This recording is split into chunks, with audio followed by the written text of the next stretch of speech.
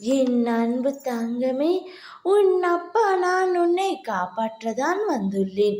நீ உன் லட்சியத்தை நோக்கி அசைக்க முடியாத உறுதியுடனும் பொறுமையுடனும் செயல்பட்டால் வெற்றி நீ பெறுவாய்.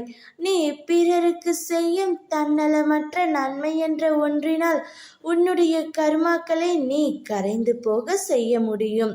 நீ ஒரு அடி எடுத்து வைத்தால் உனக்காக நான் 100 அடி எடுத்து வைப்பேன். இதை நீ நடைமுறைப்படுத்தி பார்த்தங்கமே, உன்னுடைய பிரச்சனைகள் விரைவில் தீர்ந்துவிடும். நான் உனக்கு அடிக்கடி கூறுவது, நீ செய்யும் எந்த ஒரு காரியத்திற்கும் பலனை எதிர்பார்த்து செய்யாதே. பிறகு நான் அவர்களுக்கு என்னெல்லாம் செய்தேன், ஆனால் அவர்களோ எனக்கு தீங்கிழைத்து விட்டார்கள் என ஒரு நாளும் புலம்பாதே. அவரவர் செய்யும் பலனை அவரவர்கள் நிச்சயம் அனுபவிப்பார்கள். விவேகத்தை கடைப்பிடி. தெய்வ பக்தியுடன் நீதிக்கு கட்டுப்பட்டு வாழ். இதனால் என்றும் நீ தாழ்ந்து போக மாட்டாய். தீமையை சகித்துக்கொள்.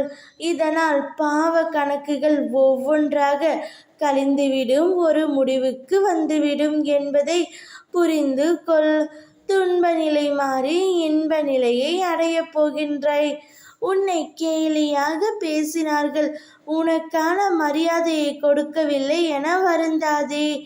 எல்லாவற்றிலும் நிச்சயமாக காலம் பதில் சொல்லும். உன்னுடன் நான் இருக்கின்றேன், என்றும் இருப்பேன். உன்னை ஒருபோதும் தாழ்ந்து போகும்படி உன் அப்பா நான் விடமாட்டேன். நீ அழுத நாட்கள் அனைத்தும் முடிந்து போகும். இனி உனக்கான வசந்த காலம் நிச்சயம் வரும். கண்ணீரோடு காத்திருந்த நீ இனி மன நிறைவோடு வாழப்போகின்றாய்.